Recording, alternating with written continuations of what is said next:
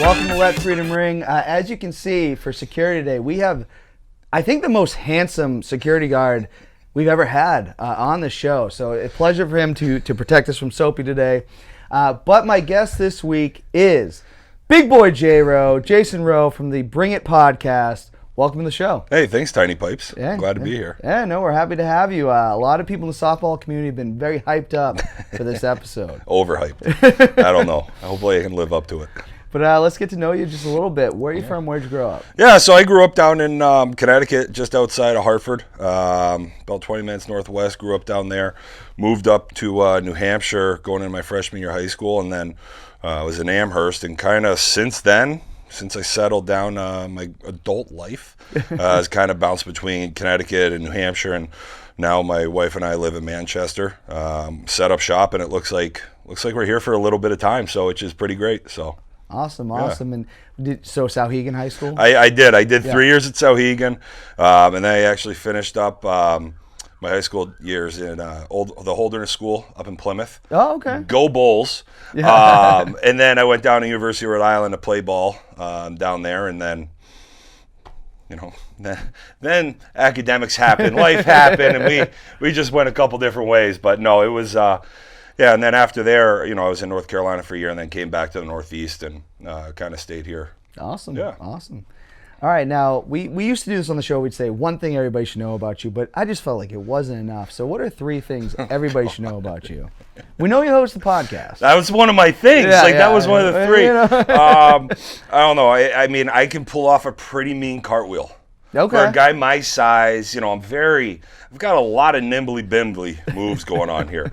Oh my God, I've ran a half marathon. Okay. And I don't walk with a limp because I think I'm really cool. Yeah. I was run over by a car when I was 4. Oh my goodness. And I've got crushed nerve damage in my left leg. So actually it was funny. My wife was at the field the other night when we were playing softball, and her friend was like, "What? Well, he's walking with his swagger. Like, he's still got his swagger." And Amanda looks at her and says, "Julie, like, no, he can't flex his foot. Oh, like, that's God. how he just walks." So I don't know. I don't have anything over the top. But I like the fun things. Wait, so you're 4 years old when that I was happened? 4, yeah. So your parents must have been terrified. yeah, it was wild. My sister was sleeping inside. She was 2. And this is back in 85, so no real safety measures in cars at that point, and I crawled in the car, either hit the bar into reverse or neutral, and we lived up on a hill, and I either fell or jumped out, and I had a hole in the back of my leg. And, oh my goodness. It was 4 years old, and whatever, it happened. Nothing, still did everything I wanted to. Played ball all growing up, played hockey growing up. Had the opportunity to play college baseball, and has never stopped me from doing anything. So yeah, that's quite the story. Yeah, it was. And now my lovely masseuse is beating the hell out of my leg to break up the scar tissue. But no, it's good. It's when I get tired, I trip a little bit, but that's it. Yeah, nothing too bad. Awesome. Well, and last thing, in getting to know you, and we ask every guest this, the show's Let Freedom Ring, so we always ask this. What does it mean to you to be an American? Yeah, it's funny. It rang. Kind of when I saw the question and thought about it, I thought about it earlier. It was probably 4 years ago. I was walking through. For me, really, being American means you can just live out your dream. Like, you have the ability, if you want to put the work in and you have the thought process and the goals, you can live out your dream. It may not come true, but you have the opportunity to chase it. And I was at a 4th of July. I'll tell you, this kind of goes the opposite way of what it means to be an American to me. We were at 4th of July down in Manchester. We parked. We were walking down to watch the fireworks, and there's a guy just smoking a blunt, grilling on this little grill. He's 6-year-old, has like 18 kids ranging from young to old. And he's like, "Oh, this is what being American is all about." And I look at Amanda and I'm like, "No, that's not." And so we got into this huge conversation about it. And it really is like the ability to, you can do that, I guess, and but it's the ability to go out, live your dreams, and pursue kind of what you think is your best course of action. And that to me is it's something that's unique and awesome. I like that answer. And now I think you have a little more freedom to if you want to indulge in marijuana, which is probably less harmful than some of the legal things that we already have. I've said it for years, and I'm not. It's not like I'm not a grower. I don't have. But like, I've always said, marijuana versus alcohol, weed is way better. Yeah. Because you don't have guys. You don't have the fights. You don't have the problems that come with alcohol. But alcohol pays a lot of people a lot of money, and you know how that goes. Well, capitalist society. And we did have Justin Savage on the show, and if you know his background, he talked a lot about that. So look that one up, because that was a good one. Let's get into current events, and I just want to briefly touch on this first one. We've had a lot of shootings in this country. San Jose, and I'm not gonna lie, I didn't look into a lot of the details of it. I kind of just looked at the headline because these are the headlines in our day-to-day life. But San Jose shooting leaves 9 dead. It was out of 2 separate buildings. Thoughts on that? And do we have a problem? Are guns a problem in this country? Wow, cool. Way to throw that loaded That's a tough one. Lap. That one hit home a little bit so I used to work for the San Jose Sharks. I worked for them for 9 years, so I have a lot of friends out in that area and a lot of people I know. So there's a problem. And not just that, mental health. Yeah, too. well, and that's how I think there's a problem in the fact of, yes, getting a gun is pretty easy. I don't know California's gun law, so don't at me. But the mental health piece of this is probably the bigger part of the question that isn't talked about. I know, was it last month was Mental Health Month, or maybe it's this month. I think it's this month, May.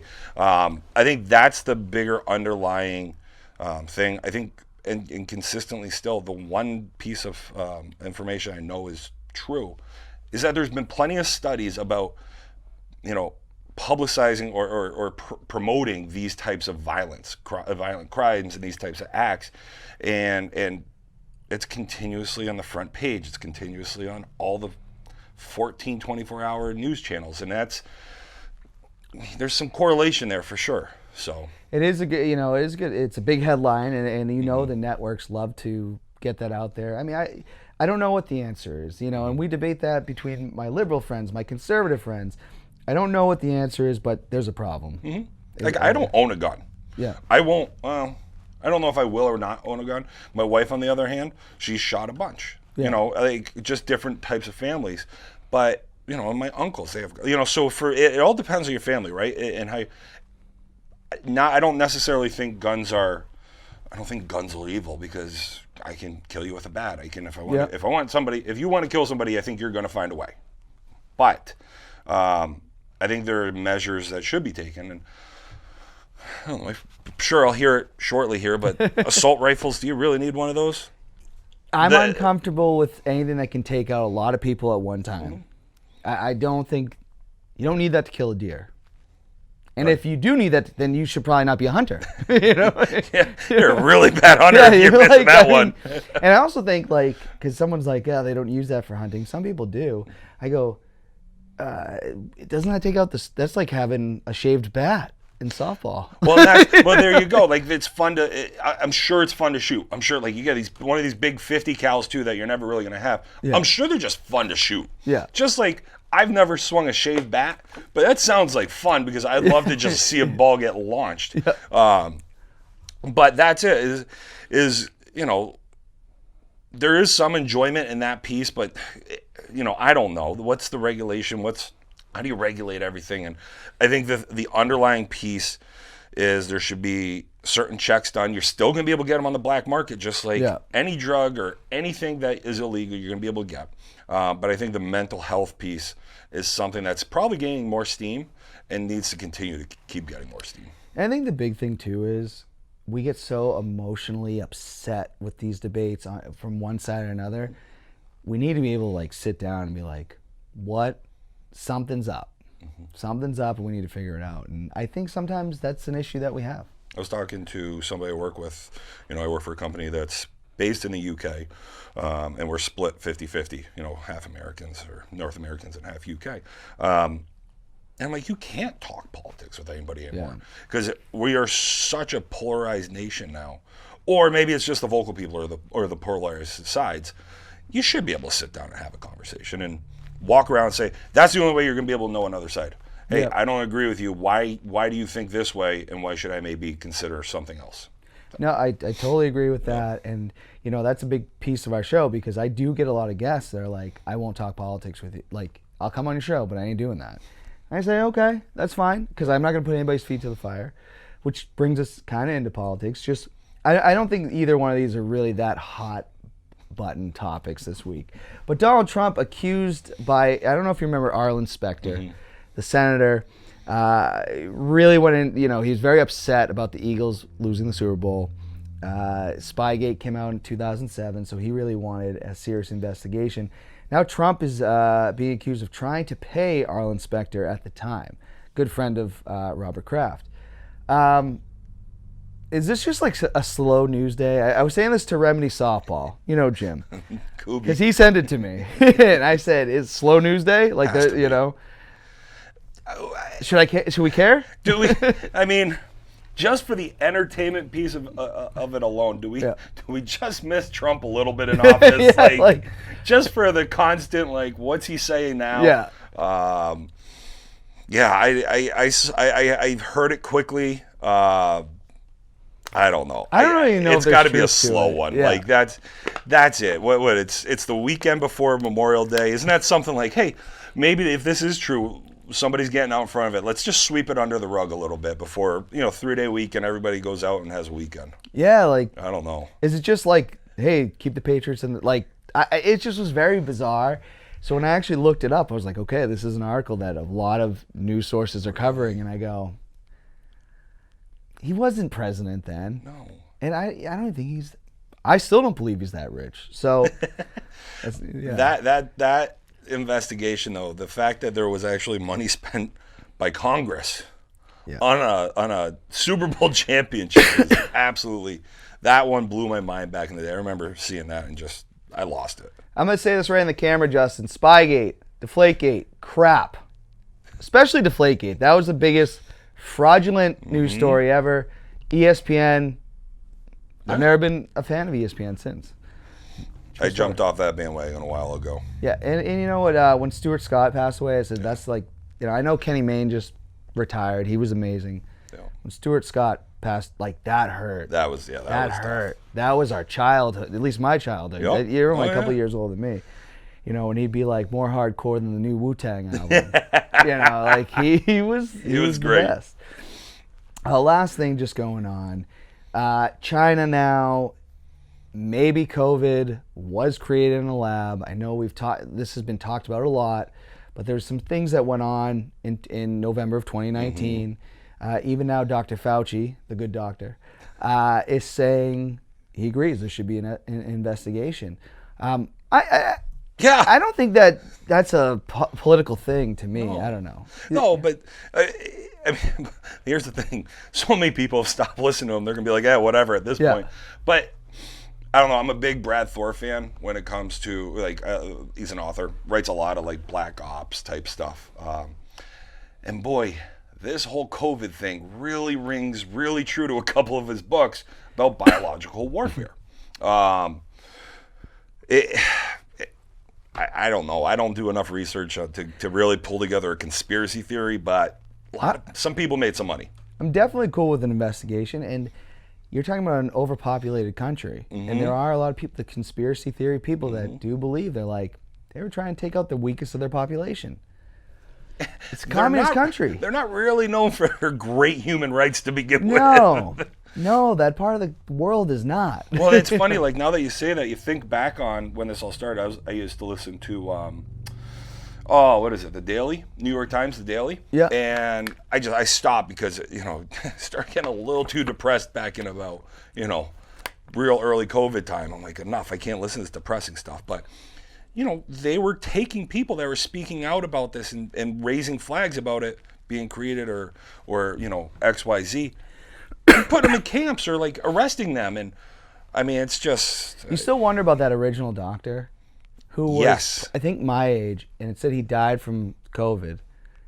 You really wonder in some of these countries. I mean, not just China, but China backs North Korea, and I was watching Dark Side of the Ring, Surprising they'd watch a wrestling thing. Get out of here. And just their experience when they went to go wrestle in North Korea and these countries that just don't allow their people to, like, it's all propaganda based. Yeah.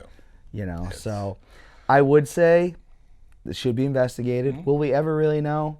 I don't know. I don't Somebody think so. knows. Somebody knows. I think higher ups do know. I think there's about 8 people in the world that know everything that's going on.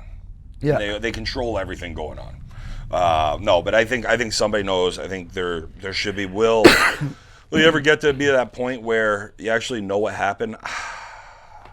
I don't know. You know, that's hard. We always thought, because we know the wet markets, so it was always like, yeah, it does make sense someone ate a bat. Bats are filthy, you know, but maybe not. So we'll have to keep an eye on this story. Let's Stay tuned for part 2. Let's get to fan questions and comments. And another thing, when we do post, we are looking for questions.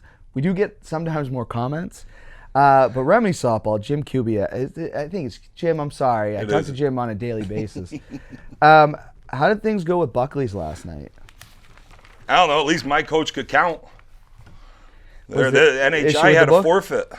Oh, They didn't have enough guys, so that was the forfeited game. The game before us, and Jim plays on NHI. Peterson and Buckley disposal got off wonderfully. Had a wonderful night under a beautiful drizzle. Had a great time out there. I had beautiful orange pants with a pink top on. I looked like I was ready for a drag brunch. It was great. Yeah, I got to get down there for a little bit because I worked those nights, so I don't get to see the Merrimack League. But yesterday I took the day off because I had some stuff I just had to take care of. So I went over and it looks like a good time. I love the idea of a draft. It's I think the that's best. just